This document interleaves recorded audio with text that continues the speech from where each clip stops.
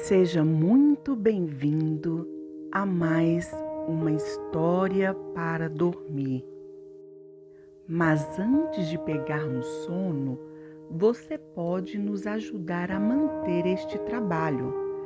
Basta se inscrever no nosso canal, clicar no sininho para ativar as notificações, curtir os nossos vídeos e compartilhar com seus amigos.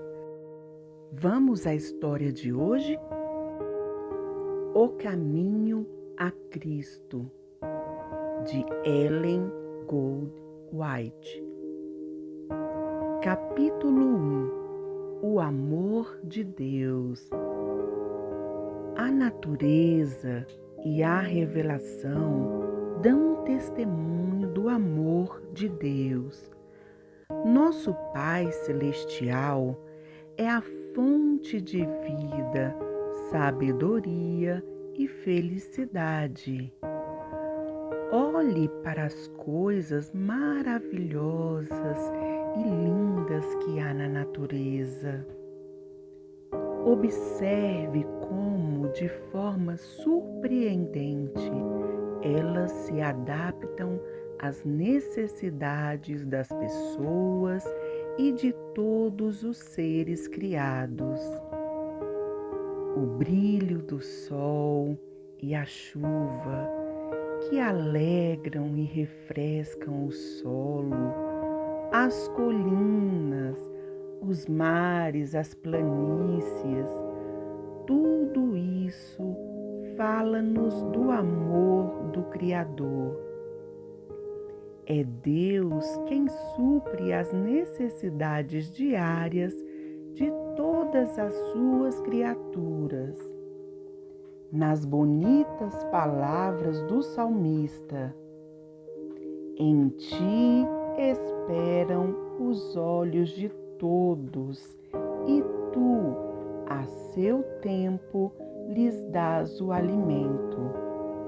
Abres a mão e satisfazes de benevolência a todo vivente. Salmos 145, 15 e 16. Deus fez o homem perfeito, santo e feliz. A terra, ao sair da mão do Criador, não mostrava qualquer sinal de degeneração, nem sombra da maldição. Foi a transgressão da lei de Deus, a lei do amor, que trouxe a dor e a morte. Entretanto, mesmo em meio ao sofrimento resultante do pecado, o amor de Deus é revelado. Está escrito que Deus amaldiçoou a terra por causa do homem. Gênesis, capítulo 3, versículo 17. Os espinhos e as ervas daninhas, as dificuldades e provações que tornam a vida tão cansativa e cheia de preocupações, foram designados para o bem do ser humano, como parte do preparo necessário no plano de Deus, para erguê-lo da ruína e degradação causada pelo pecado. O mundo, embora caído, não se resume a tristeza e miséria. Na própria natureza existem mensagens de esperança e conforto. Flores crescem no mato e espinhos são cobertos pelas rosas. Deus é amor. Está escrito em cada botão de flor que se abre e em cada folha que cresce no campo. Os belos pássaros que alegram o ar com seus alegres cantos as flores perfeitas e delicadamente coloridas que perfumam o ar, as árvores frondosas da floresta com sua exuberante e viçosa folhagem. Tudo dá testemunho do cuidado paternal do nosso Deus e do desejo que Ele tem de tornar os seus filhos felizes. A palavra de Deus revela o seu caráter. Ele mesmo declarou o seu infinito amor e misericórdia. Quando Moisés rogou que Deus lhe mostrasse sua glória, o Senhor respondeu: farei passar toda a minha bondade diante de ti. Êxodo, capítulo 33, versículos 18 e 19. Essa é a sua glória. Quando o Senhor passou diante de Moisés, ele clamou: Senhor, Senhor, Deus compassivo, clemente e longânimo, e grande em misericórdia e fidelidade, que guarda a misericórdia em 1000 gerações, que perdoa a iniquidade, a transgressão e o pecado. Êxodo, capítulo 34, versículos 6 e 7. Ele é tardio em irar-se e grande em benignidade. Jonas, capítulo 4, versículo 2. Porque tem grande prazer na misericórdia. Miqueias, capítulo 7, versículo 18. Deus uniu nosso coração a Ele por meio de incontáveis provas no céu e na terra, através das coisas da natureza e dos mais profundos e ternos laços que o coração humano pode conhecer. Deus procura revelar-se para nós. Embora de maneira imperfeita, isso representa o seu amor. Apesar de todas essas evidências, o inimigo do bem cegou o entendimento das pessoas, de modo que elas passaram a olhar para Deus com medo e a considerá-lo inflexível e incapaz de perdoar. Satanás levou o ser humano a pensar que Deus era um ser cujo principal atributo é a justiça severa, como se ele fosse um juiz austero, um credor duro e implacável. Ele retratou o Criador como um ser que fica vigiando desconfiado, buscando erros e falhas nas pessoas para que possa condená-las. Foi para remover essa sombra escura e revelar ao mundo o infinito amor de Deus que Jesus veio viver com a humanidade. O Filho de Deus veio do céu para revelar o Pai. Ninguém jamais viu a Deus. O Deus unigênito que está no seio do Pai é quem o revelou. João, capítulo 1, versículo 18. Ninguém conhece o Filho senão o Pai, e ninguém conhece o Pai senão o Filho, e aquele a quem o Filho o quiser revelar. Mateus, capítulo 11, versículo 24. Quando um dos discípulos pediu: Senhor, mostra-nos o Pai, Jesus respondeu: Há tanto tempo estou convosco e não me tens conhecido? Quem vê a mim, vê o Pai. Como dizes tu, mostra-nos o Pai?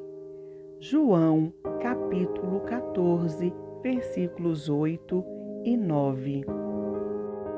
Ao descrever sua missão na terra, Jesus disse: O Espírito do Senhor está sobre mim, pelo que me ungiu para evangelizar os pobres.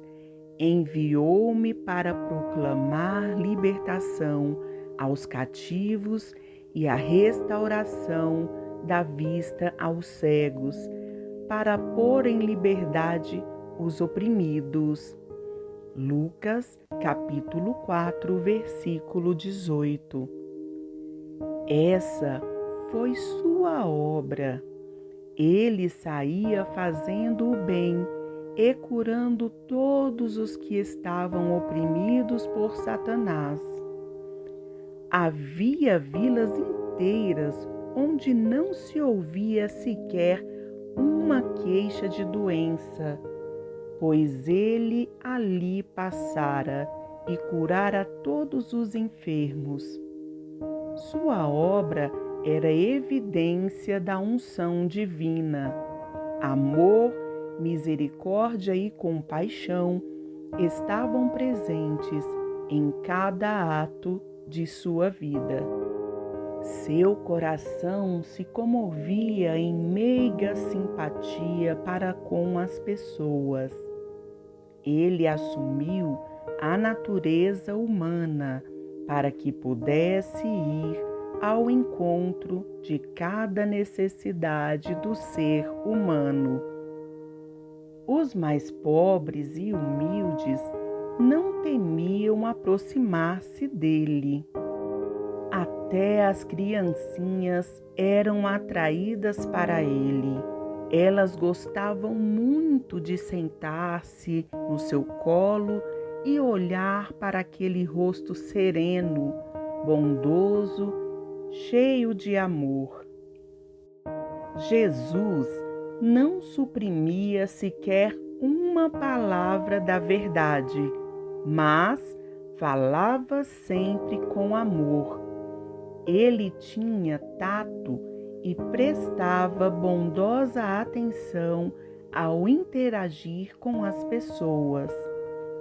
Nunca se mostrava rude, jamais pronunciava uma palavra severa, sem necessidade, e evitava causar dor desnecessária a uma pessoa sensível.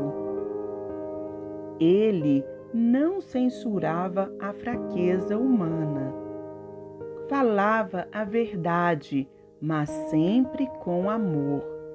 Denunciava a hipocrisia, a incredulidade e a iniquidade.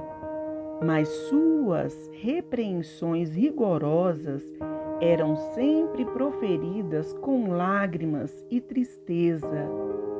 Chorou por Jerusalém, a cidade que ele amava, a qual se recusou a receber aquele que é o caminho, a verdade e a vida. Os líderes rejeitaram o Salvador, mas ele os considerava com meiga compaixão. Sua vida foi de abnegação e repleta de cuidado pelos outros. Cada pessoa era preciosa aos seus olhos. Embora sempre se apresentasse com divina dignidade, inclinava-se com amorosa simpatia para atender a cada membro da família de Deus. Ele via em todos os homens seres caídos, cuja salvação era o objetivo de sua missão. Assim é o caráter de Cristo, como foi revelado em sua vida. Esse também é o caráter de Deus. Do coração do Pai é que brotavam as torrentes da divina compaixão manifestada em Cristo, fluindo até alcançar os filhos dos homens. Jesus, o meigo e compassivo Salvador, era Deus manifestado na carne. 1 Timóteo, capítulo 3, versículo 16. Foi para nos redimir que Jesus viveu, sofreu e morreu.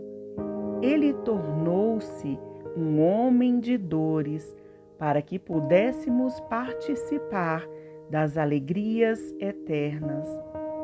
Deus permitiu que o seu Filho amado, cheio de graça e verdade, deixasse um mundo de glória indescritível e viesse para um mundo corrompido e maculado pelo pecado, escurecido pelas sombras da morte e da maldição.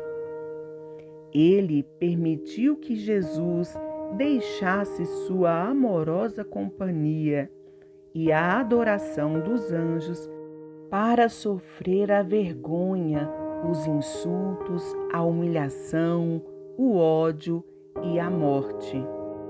O castigo que nos traz a paz estava sobre ele, e pelas suas pisaduras fomos sarados. Isaías, capítulo 53, verso 5. Ei-lo no deserto, no Getsêmani e na cruz, o imaculado Filho de Deus tomou sobre si o fardo do pecado. Aquele que havia sido um com Deus sentiu de perto a terrível separação que o pecado causa entre Deus e o homem. Isso fez com que um grito de agonia saísse de seus lábios. Deus meu, por que me desamparaste? Mateus, capítulo 27, versículo 46. Foi o peso do pecado, a noção de quão terrível ele é e a separação que causa entre Deus e o ser humano. Foi isso que quebrantou o coração do Filho de Deus. Mas esse enorme sacrifício não foi feito para despertar no coração do Pai o amor pelo ser humano, nem para fazer com que ele se dispusesse a salvá-lo.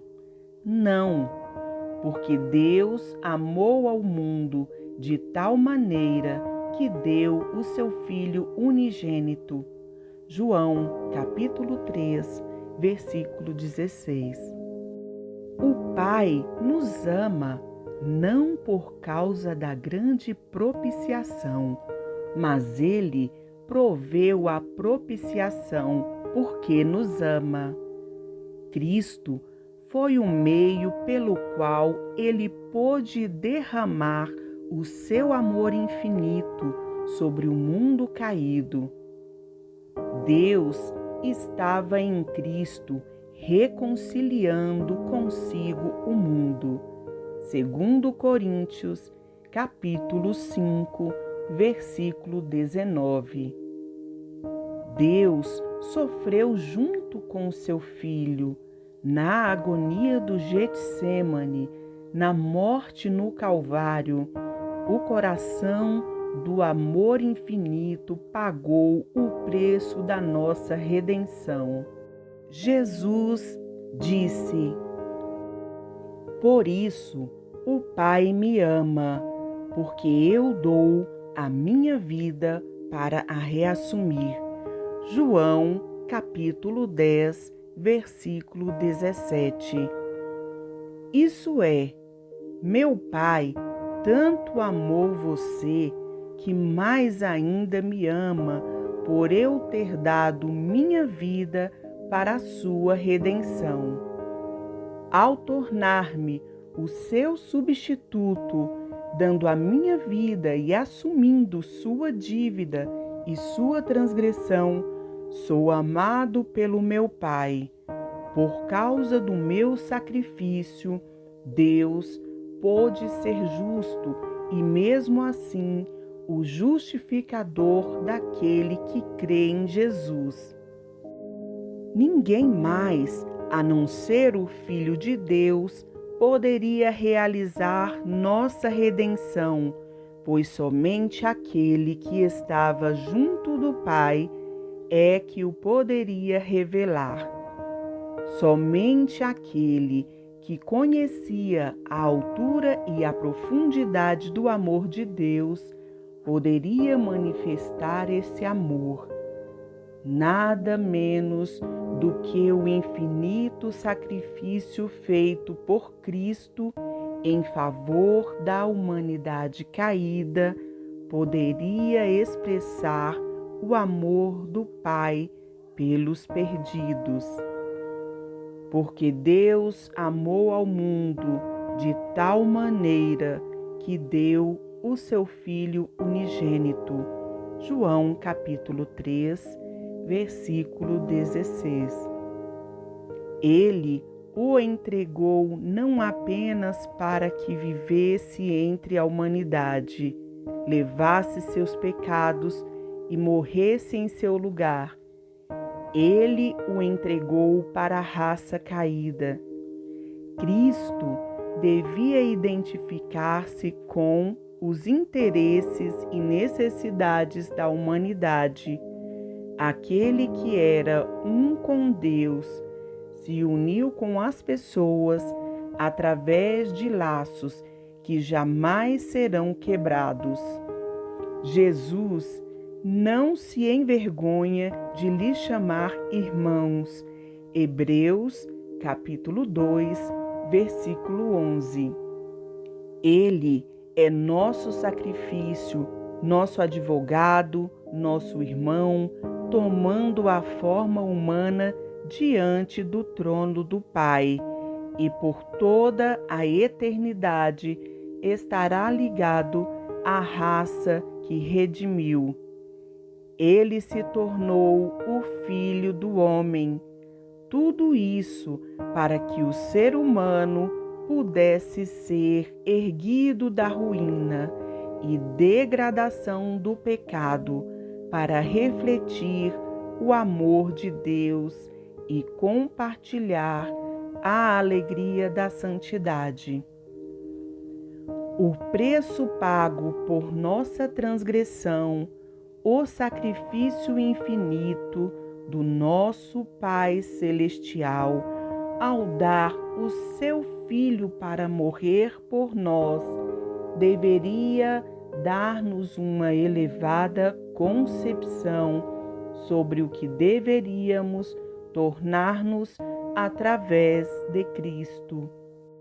Ao contemplar a altura, a profundidade e a largura do amor do Pai pela raça a perecer, o inspirado apóstolo João encheu-se de um sentimento de adoração e reverência. Incapaz de encontrar uma linguagem apropriada para expressar a grandeza e a ternura desse amor, ele conclamou o mundo a também contemplá-lo.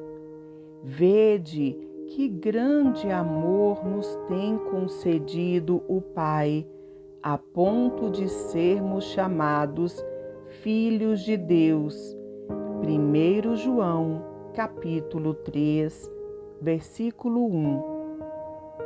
Isso confere um enorme valor aos seres humanos, Por meio da transgressão, as pessoas tornam-se súditas de Satanás. Por meio da fé no sacrifício expiatório de Cristo, os filhos de Adão podem tornar-se filhos de Deus. Assumindo a natureza humana, Cristo eleva a humanidade. Os seres humanos caídos estão colocados em um lugar onde, através da conexão com Cristo, podem verdadeiramente tornar-se dignos de ser chamados de filhos de Deus. Um amor assim não tem paralelo. Filhos do Rei Celestial, essa é uma promessa preciosa, um tema para a mais profunda meditação. O incomparável amor de Deus por um mundo que não o amou. Esse pensamento tem um poder capaz de dominar a alma e de tornar a mente cativa da vontade de Deus. Quanto mais estudamos o caráter divino à luz da cruz, mais vemos misericórdia, bondade e perdão mesclados com equidade e justiça, e mais claramente discernimos as inúmeras evidências de um amor que é infinito e de uma compaixão capaz de superar a afeição de uma mãe pelo filho rebelde.